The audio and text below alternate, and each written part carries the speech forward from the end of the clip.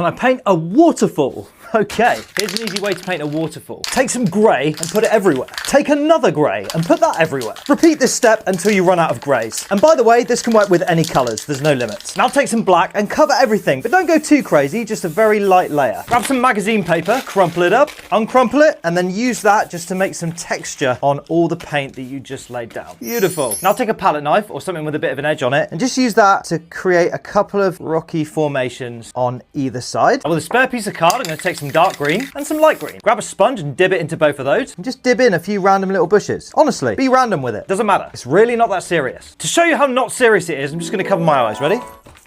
There you go, it's not serious. Now we need to decide where our waterfalls are going to go. And wherever waterfalls are going to appear, you want to add a little bit of shadow. So with some black here, just gently add some shadow where some waterfalls are going to appear. You know what, for the bants, I'm just going to put a massive one up the middle to show you guys. All right, listen up. We need to take a break real quick. If you want to learn a little more than just waterfalls with spray paint, then comment the word coach and I'll teach you for free. To actually add waterfalls, you need to create an applicator. And to do this, we're going to use the straight part of a spare piece of card like this. So I know I'm going to want one that's about this wide, this guy. And then I'll also add a much wider one to show you guys. Before we add the actual waterfalls, we're going to add a lagoon at the bottom. So for that, I need this guy. And I'm going to lay him down right here. Now using this as a blocker, I'm going to add some dark blue to both sides, a mid blue, a light blue, again to both sides, and some white up the middle. Now using my phalange, I'm just going to come across and blend all of this together like this. A lagoon. Now if you want to come back in with your dark blue or some black and shade in these side bits, then you absolutely can do. Now take the white and shoot the straight edge to give you a misty waterline. You're done. Now to add the waterfalls, we're going to take some white and put it on a spare piece of card. All you're going to do is take your applicator and just scrape a bit of that white up. Then wherever you want your waterfall to start, you're just going to come in and drag slightly on an angle